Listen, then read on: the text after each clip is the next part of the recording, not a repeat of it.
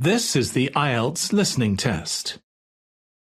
You will hear a number of different recordings, and you will have to answer questions on what you hear.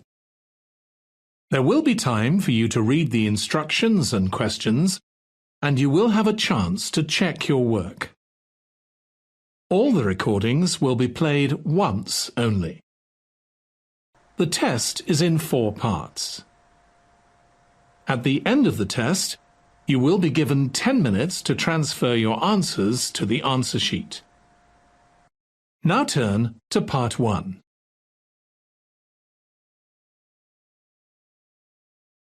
Part 1. You will hear a conversation between a commercial property letting agent and a businessman who wants to move his business to new premises. First, you have some time to look at questions 1 to 6.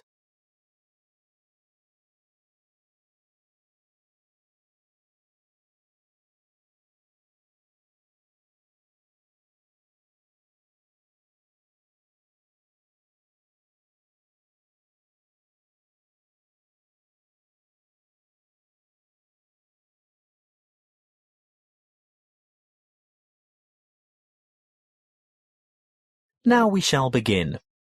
You should answer the questions as you listen, because you will not hear the recording a second time. Listen carefully and answer questions 1 to 6. Good morning. Mr. Rich, isn't it? That's right. Raymond Rich of ICT Industries. ICT Industries.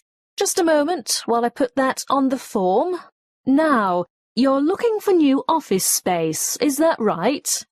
Yes. Our present lease is due to expire soon, and as the company's expanding anyway, we need to find somewhere to move to. Do you prefer the suburbs, the city, or a commercial zone on the outskirts? Well, currently we're in a very pleasant suburb, but as I said, we've outgrown that building as we've got to move anyway. I think the city centre is where we want to be, right in the heart of things. I see. Anywhere in particular? Yes, somewhere in the vicinity of the main transport centre, because I have a large staff, and car parking in the city is terribly expensive. I think it would be a good idea if we didn't use our cars at all. Exactly what size premises are you looking for? Good question.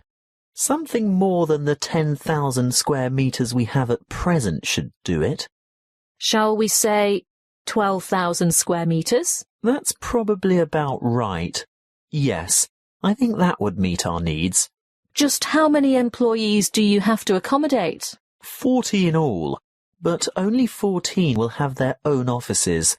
The rest will be in open-plan shared offices. Oh, I forgot to ask. Do any of your employees have extra requirements? Will we need to consider people with disabilities? Yes. Actually, there is one in a wheelchair who'll need suitable access and another who can walk just a few paces. She uses a mobility scooter, so we'd need to make sure all facilities, especially toilet facilities, were suitable and accessible, and we'd also need to be either on the ground floor or to find a secure place by the lifts for Mrs. Jackson to park her scooter. I'll need to keep that in mind when I come up with the property for you to look at. Now, when are you thinking of moving? Well, our current lease expires in August, so we'd like to have the move completed by then, of course. Well, there is a very suitable property that I have in mind here in the city, but the owners want a lease signed by the end of this month, May. Ooh, too early, I'm afraid. I'd be ready to sign up by the end of June, though. Shall we say signed up by the 1st of July and moved by the end of that month? Definitely. Before you hear the rest of the conversation, you have some time to look at questions 7 to 10.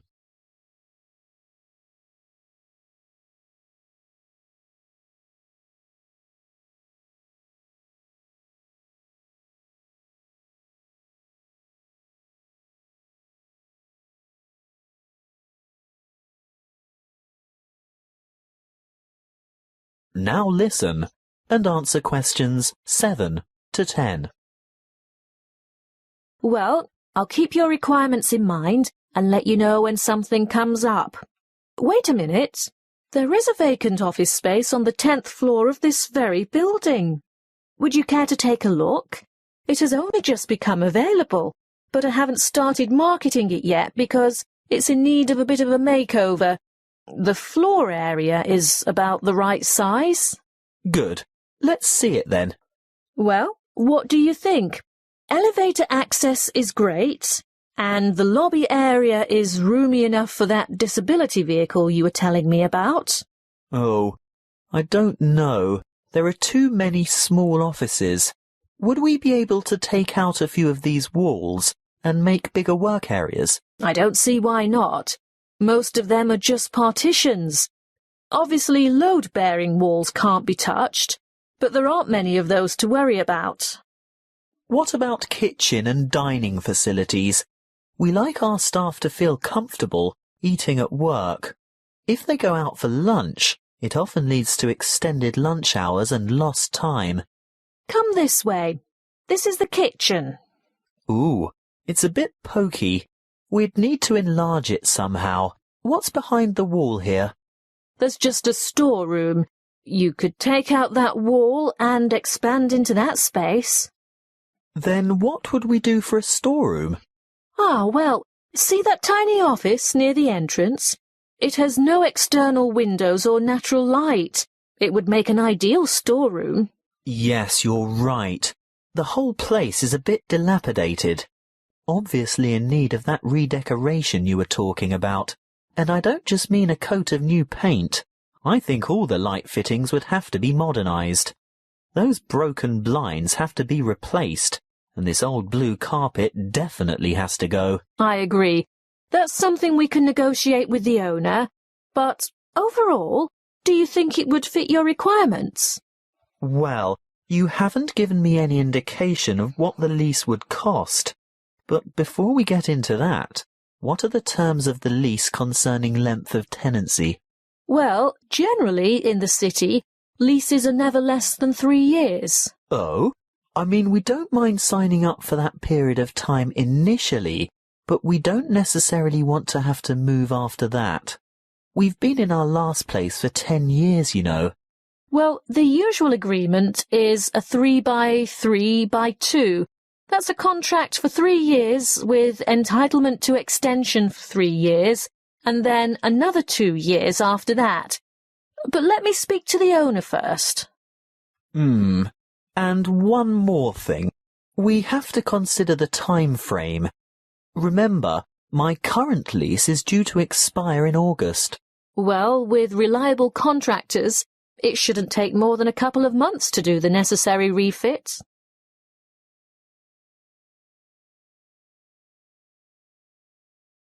That is the end of part 1. You now have 1 minute to check your answers to part 1.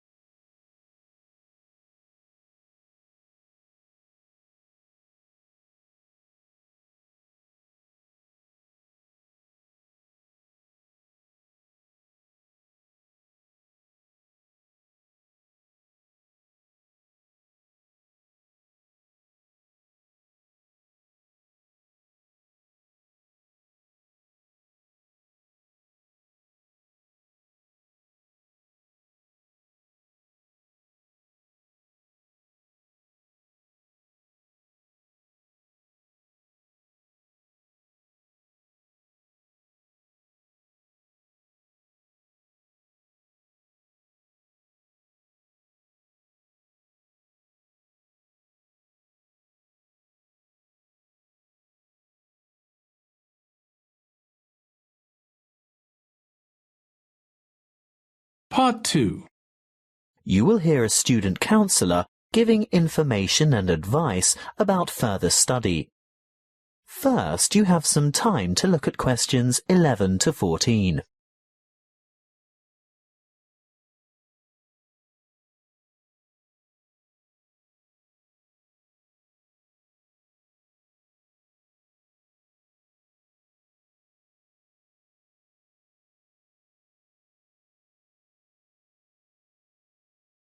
Listen carefully and answer questions 11 to 14. Are you thinking about further study? Well, listen to this before you make a decision.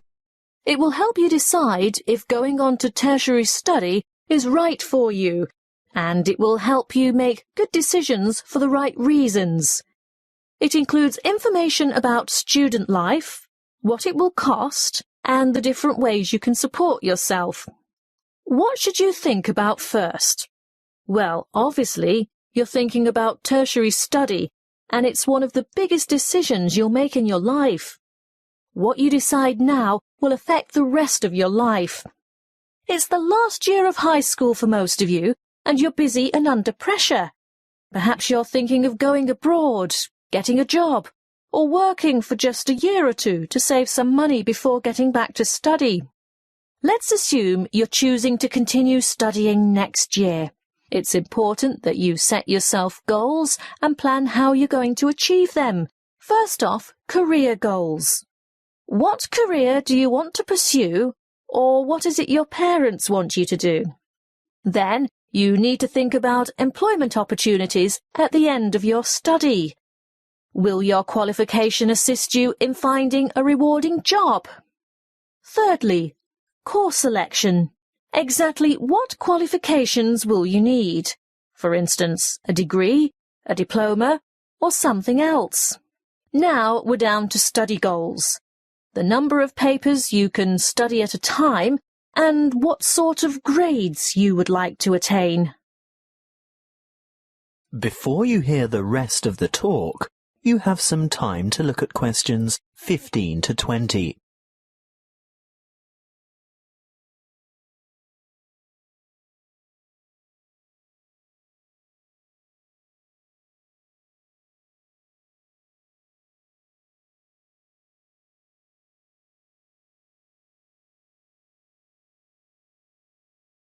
Now listen and answer questions 15 to 20. Now, how do you make all that happen? You might feel overwhelmed by all the choices, but there are people and agencies to help. Career Services is a great website with lots of useful information and a search tool for finding courses and providers throughout the country. Then, there are the tertiary education institutions themselves. Universities and institutes of technology, for example, have comprehensive information on their particular websites. You can find out most anything there. Many campuses have a student support association, and they can tell you a lot about what to expect. Don't be afraid to ask them anything. I'm sure they've heard it all before. It might also be worthwhile to make inquiries with potential employers to see if they will fund or partially fund your studies. If it is a trade you want to learn, the apprenticeship scheme will help you earn while you learn. That way you'll get valuable work experience while you're studying. If you're still at school, then search out your school careers advisor, who will have a variety of information and resources at hand and be able to give you the kind of guidance you need to make a fully informed decision. And, last but not least, don't forget your parents and other family members. They can be of enormous help too. Oh, one last thing that might help you make up your mind.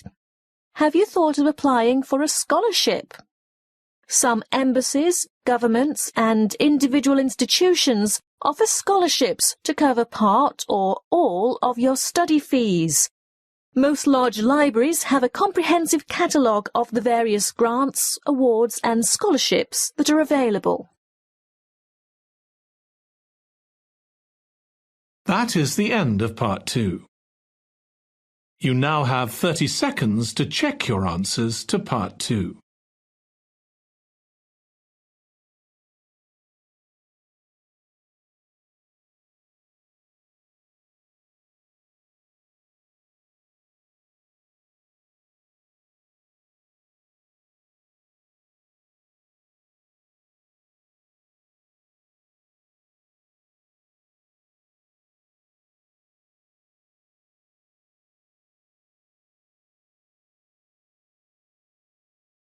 Part 3. You will hear a tutor discussing with two students their research for a paper in cyber psychology. First, you have some time to look at questions 21 to 25.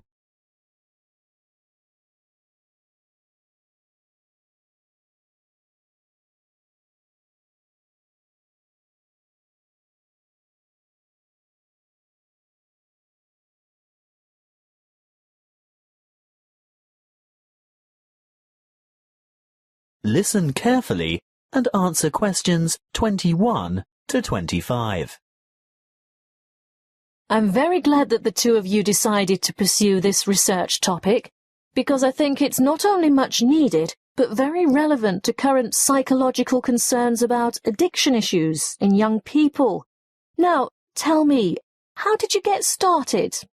Well, we looked around for problems, or perceived problems, that teenagers in general might encounter, and we came up with the extremely popular phenomenon of instant messaging and the implications that the use or overuse of this form of communication might have on teen behaviour. Then we decided to propose the concept of instant messaging addiction. By the way, do you mind if we abbreviate instant messaging to IM in our discussion? Not at all. But before you go any further, tell me something about the demographic sample you used. We chose a random sample of teenagers from Jiangsu province from a typical public middle school, and we considered this group to be representative of teenagers in urban China.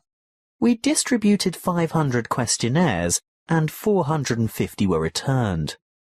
The sample group was on average aged between 14 and 15 years. Internet addiction, or technological addiction as it's sometimes called, has been studied many times before. What makes your research different?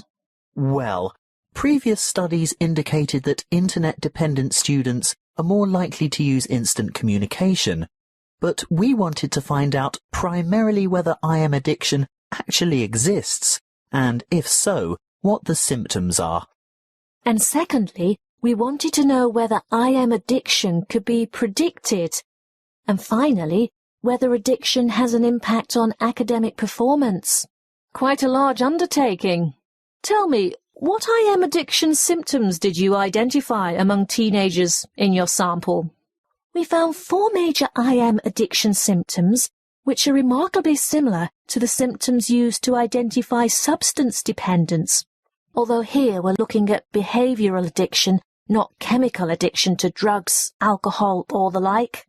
Yes, loss of control was a significant factor, which indicates that the addicts had less self-discipline.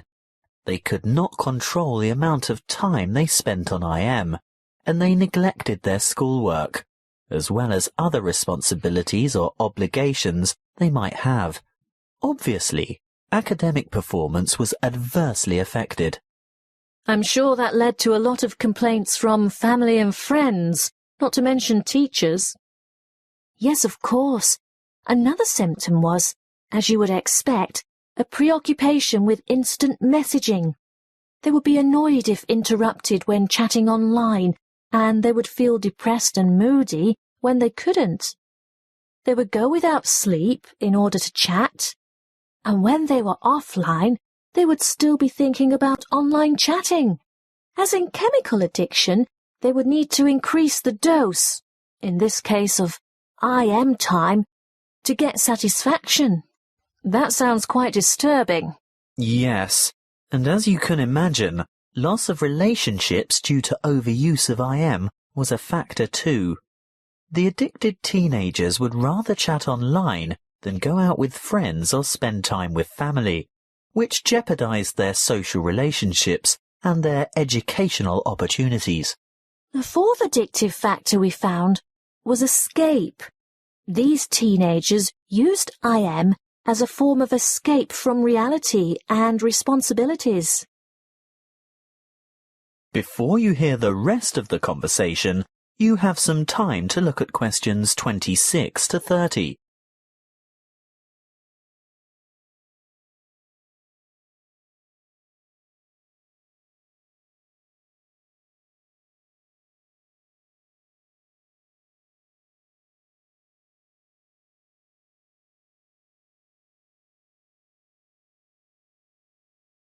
Now listen and answer questions 26 to 30.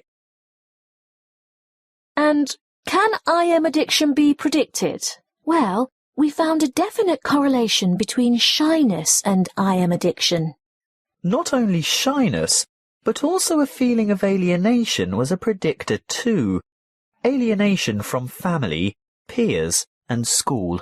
So the more alienated they feel, the more they look for affection, friendship, and social support through IM. Exactly. But interestingly, what we found was that alienation was a predictor for addiction, but not necessarily related to a high level of IM use. How do you explain that? One possible explanation we considered was that those who were not alienated would communicate frequently with their friends through IM, but addicts, on the other hand, are probably looking for friendship through online chatting with strangers. Look, we're just about out of time. I'm really looking forward to reading your paper when you've finished it. But before I go, can you quickly sum up your conclusions?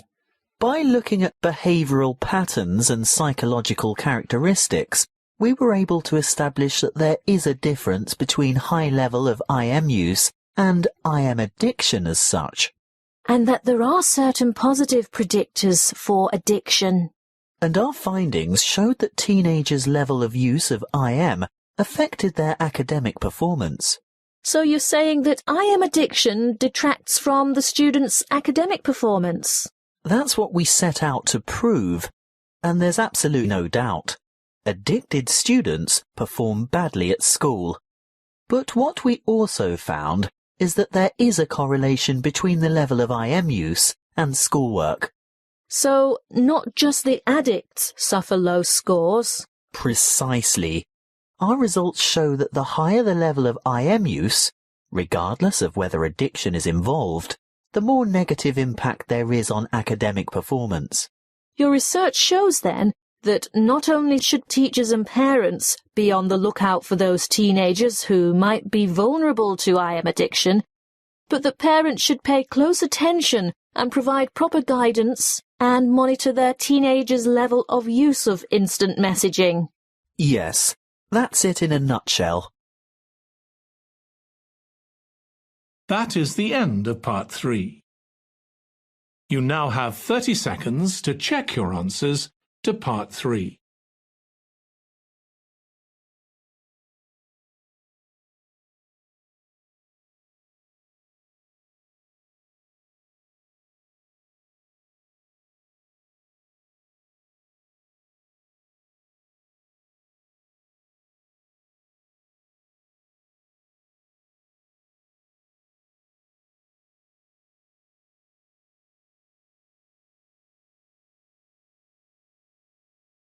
Part 4.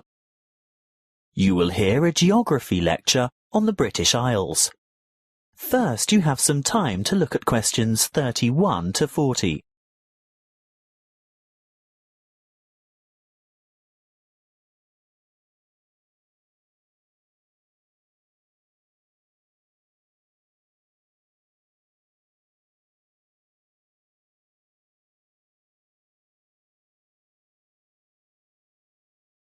Listen carefully and answer questions 31 to 40.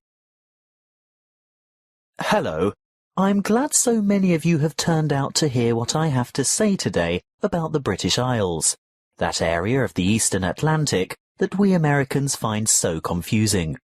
I'm afraid just looking at a map or a page in the atlas doesn't necessarily explain the geographic terminology. In referring to the British Isles, a word of apology for those of you of Irish descent. That is, those whose ancestors come from Eire, the Republic of Ireland. No matter how geographically accurate the place names that I use today are, some of you will be understandably upset to be included in anything termed British. I have a very useful image that might help you differentiate between the various labels that distinguish the political and geographic reality of the so-called British Isles. I want to show you a Venn diagram, which is a mathematical illustration that shows all the possible relationships between sets. Look at this Venn diagram, and you will see that the geographical terminology is in bold, while the political terms are in italics. See here the British Isles in bold and the British Islands in italics. The aim of this lecture is to explain the meanings of and relationships among those terms. In geographical terms, you will see that the British Isles is an archipelago made up of the two large islands of Great Britain and Ireland, and including many smaller surrounding islands. Of course, you can't tell from the Venn diagram the true comparative size of these islands. You'll need to look at the map for that.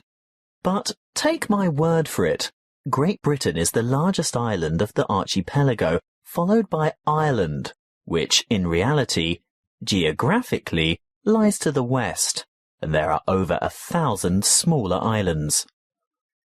Now, in political terms, the United Kingdom of Great Britain and Northern Ireland is the constitutional monarchy, which includes the island of Great Britain, some small nearby islands, although not the Isle of Man or the Channel Islands, and the northeastern part of the island of Ireland. Thank goodness it is generally shortened to United Kingdom, the UK, Great Britain, or even the abbreviation GB, although none of these are strictly correct, of course. You'd better listen carefully to the next part, because, I warn you, it is very confusing. Ireland is the name of the sovereign republic occupying the larger part of the island of Ireland. But to distinguish it from the name of the island itself, and most importantly from the other part which belongs to the UK, it is called the Republic of Ireland, or its Irish language name, Eire. That's E-I-R-E, even though Eire directly translates as Ireland. The smaller portion of the island is called Northern Ireland. The partition of Ireland took place in 1922, after a great history of struggle that we won't go into here. England, Scotland, Wales and Northern Ireland are legal jurisdictions within the United Kingdom, but Great Britain refers to the countries of England, Wales and Scotland as a unit.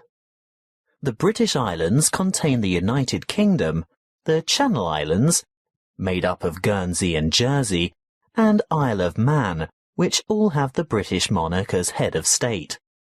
Interestingly, the Isle of Man, although governed as a British Crown dependency, has its own parliament, but relies on the UK for defence and in matters of external relations. So, you've learnt something about the geographical and political confusion surrounding the British Isles. Let's have a look at some of the linguistic confusion. To start with, there isn't an adjective to refer to the United Kingdom, so the term British is generally used.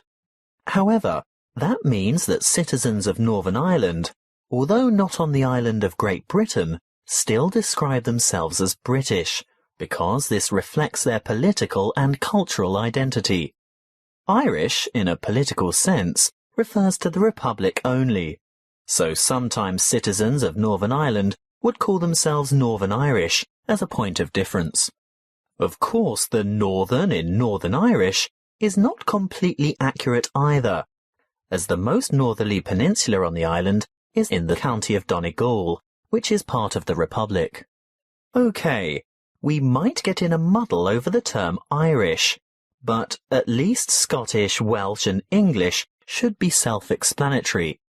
Apparently not to us Americans, and Europeans are often guilty of this too. We often use the term English incorrectly to mean British. I'd have to be the first to admit to calling my Welsh colleague English, which really gets his heckles up. He is Welsh, he tells me, and he may also be British, but he is definitely not English. Just one more thing. What is the British Commonwealth? It's a voluntary association of independent states, many of which were former British colonies.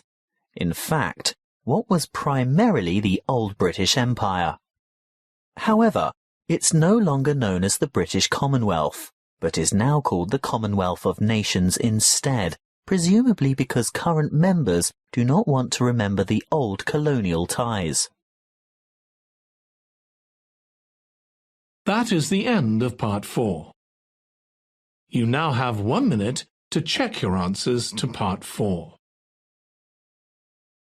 That is the end of the listening test. In the IELTS test, you would now have 10 minutes to transfer your answers to the answer sheet.